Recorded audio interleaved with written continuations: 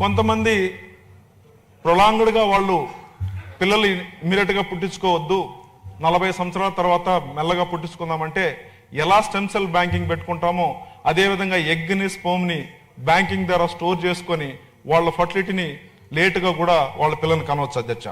అదేవిధంగా IVF treatment పిల్లలు లేని వాళ్ళకి ఒక వరం.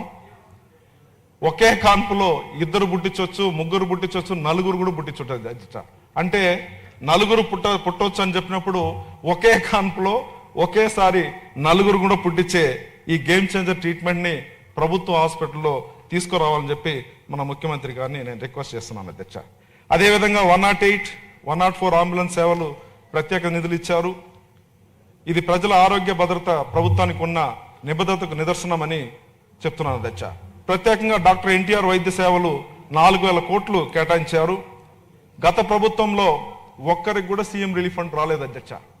అదే మన ప్రభుత్వంలో ముఖ్యమంత్రి గారు వచ్చిన తర్వాత మా నియోజకవర్గానికే 3 కోట్లు సీఎం రిలీఫ్ ఫండ్లు అందిందండి అధ్యక్ష. దీంట్లో ఇంకా ముఖ్యమైన విషయం ఏంటంటే గత ప్రభుత్వంలో ఫర్టిలిటీ ట్రీట్మెంట్కి సీఎం రిలీఫ్ ఫండ్ ఒక్కరికి కూడా ఇవ్వలేదు అధ్యక్ష, అన్ని కూడా రిజెక్ట్ చేశారు.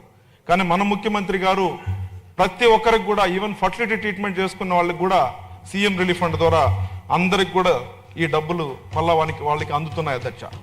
ఇది పేద ప్రజలకు కార్పొరేట్ స్థాయి వైద్యం ఉచితంగా అందుతుంది కాబట్టి లక్షలాది కుటుంబాలు వైద్య ఖర్చుల భారం నుంచి రక్షణ పొందాయి అధ్యక్ష.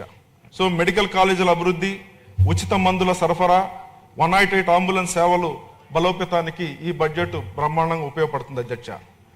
అదేవిధంగా ఈ బడ్జెట్ ద్వారా ప్రభుత్వం స్పష్టంగా ఒక సందేశం ఇచ్చింది. ప్రజల సంక్షేమం మరి రాష్ట్ర అభివృద్ధి రెండూ తమకు సమానం ముఖ్యమని నిరూపించింది.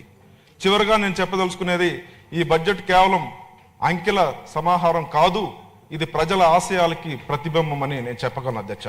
ఇది ఆరోగ్యవంతమైన అభివృద్ధి చెందిన ఆంధ్రప్రదేశ్ నిర్మాణానికి బలమైన పునాది అధ్యక్ష. ఈ ప్రజాహిత బడ్జెట్ను నేను పూర్తిగా మద్దతు తెలియజేస్తున్నాను. నాకు అవకాశం ఇచ్చిన మీకు ముఖ్యమంత్రి గారికి ప్రత్యేక ధన్యవాదాలు అధ్యక్ష. Thank you so much. ముఖ్యమంత్రి గారి మంచి ఆశయాన్ని మీ వ్యాపారానికి అనుగుణంగా చాలా చక్కగా అన్వయించి మామూలుగా కనొద్దు, టెస్ట్ ట్యూబ్ బేబీలనే కనండి అని చెప్పి మాట్లాడటం కొంత అన్యాయం అయినప్పటికీ చక్కగా వివరించారు. ఈనాటి సమావేశం ఇంతటితో ముగిసింది. తిరిగి రేపు బుధవారం 18 ఫిబ్రవరి